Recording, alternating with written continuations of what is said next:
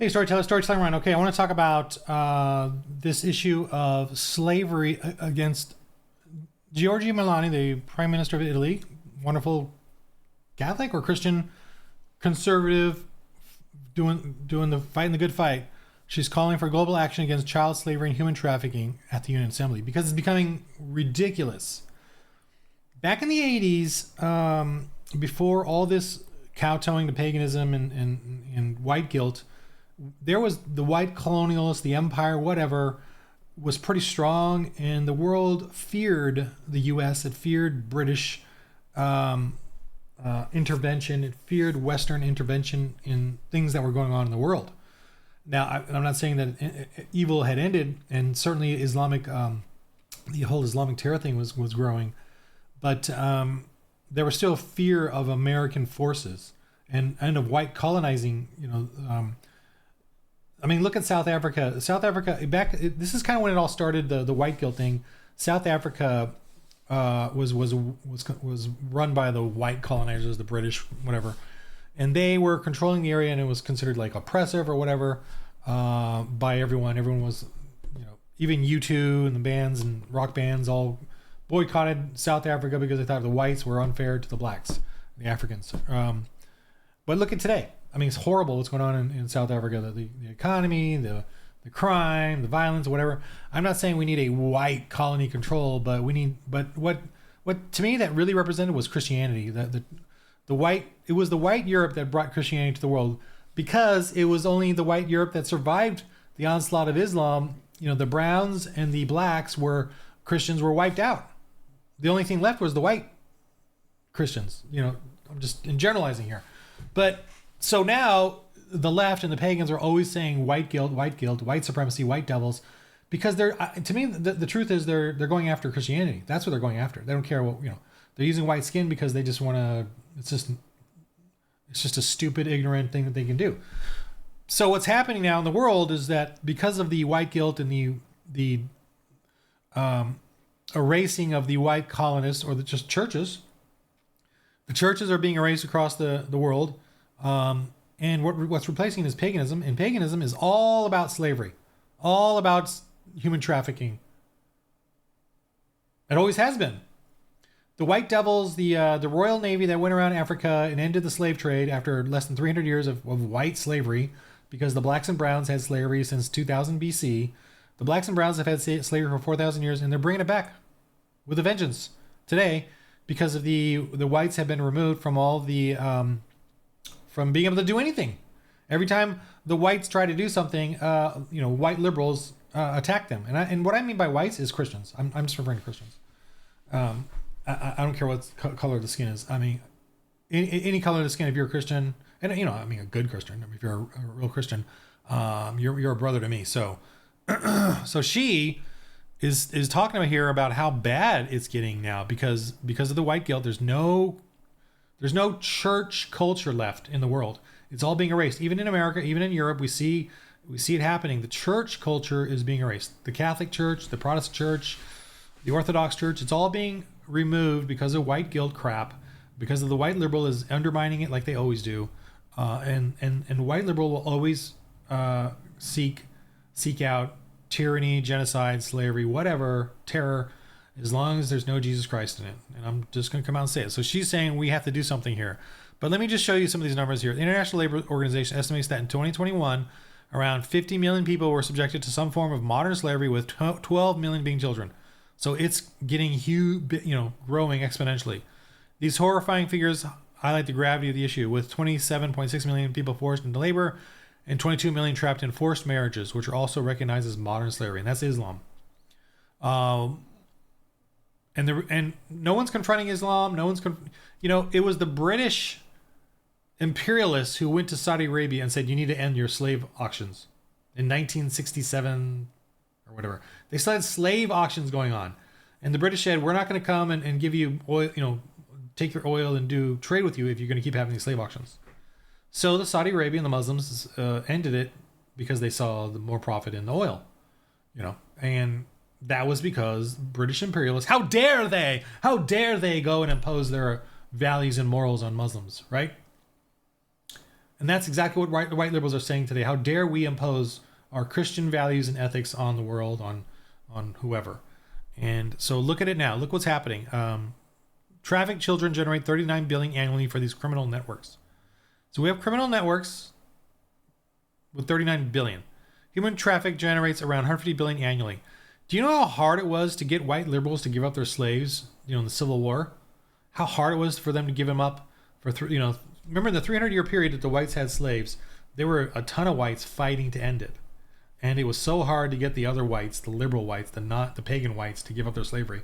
We had to fight that, the Civil War and all that crap, before we could even go and address it in the brown and black areas.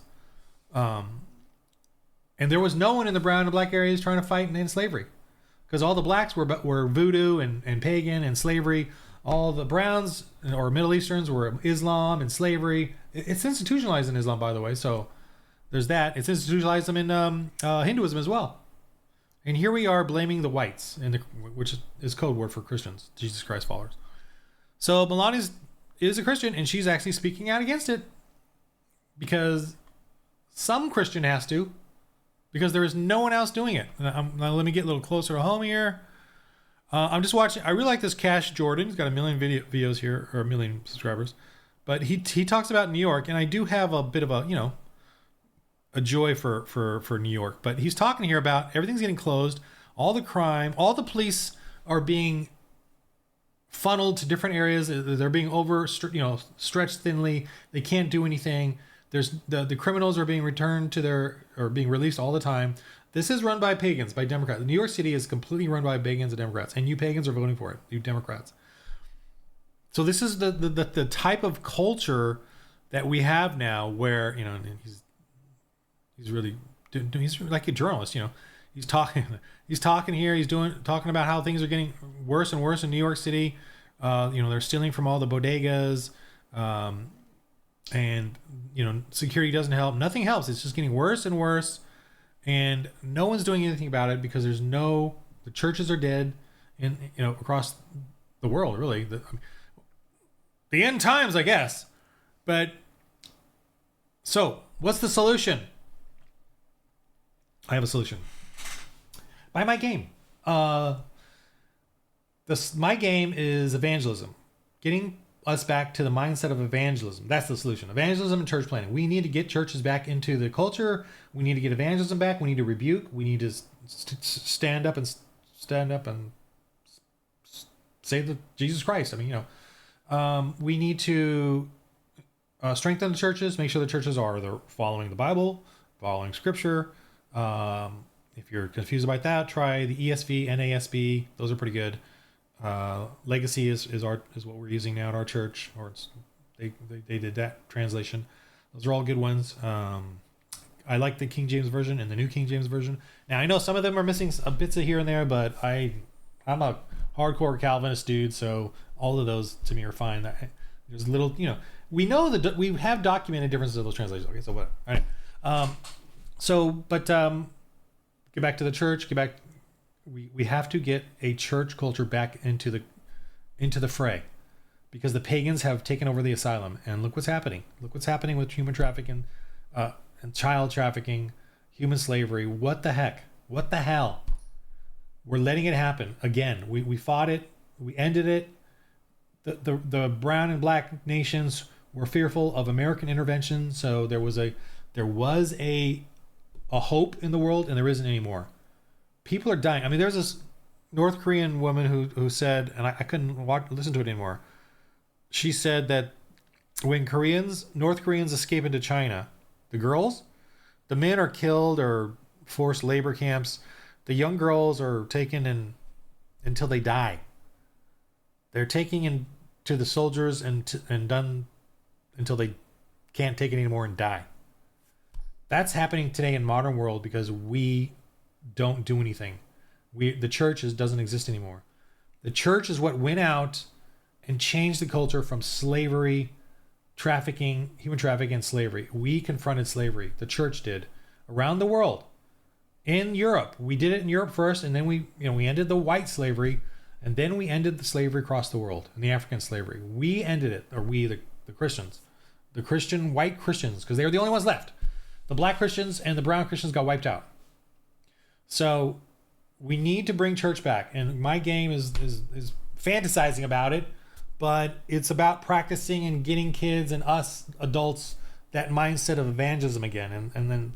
And because I've been working on this game and dealing with it and giving up Dungeons and Dragons and all the other role-playing games, I've been giving up all my friends, everything, giving up every chance of making money. Because of that, I have an evangelist mindset now. Like when I talk to people now, I don't berate them and kill them and stuff. I mean, not kill them, but I don't, kill them with so much evangelism. But my mindset now is of evangelism. Everything I do and see and smell and taste is of evangelism now, and I love it. I enjoy it now. I really, and I still look at sinful stuff, not porn. I don't masturbate to porn or anything like that. But like R-rated stuff and zombie films or whatever and pagan stuff, I still watch all that crap. But I look at it with an evangelist mindset, like, okay, this is dumb, but how do they, how can I relate that to the Lord and for my evangelism? So I do that. Yeah. All right. So, game of life. Slavery is returning at a horrible rate. The church is weak, dead, at its weakest in a couple centuries now, and we got to rebuild the church, evangelize. We got to evangelize our neighbors, our culture, whatever. Our politicians. We need more monks. We need to make monks. Even married monks is fine, but monks. All right. So the game of life, in the RPG culture, in the game of life, roll the holy dice.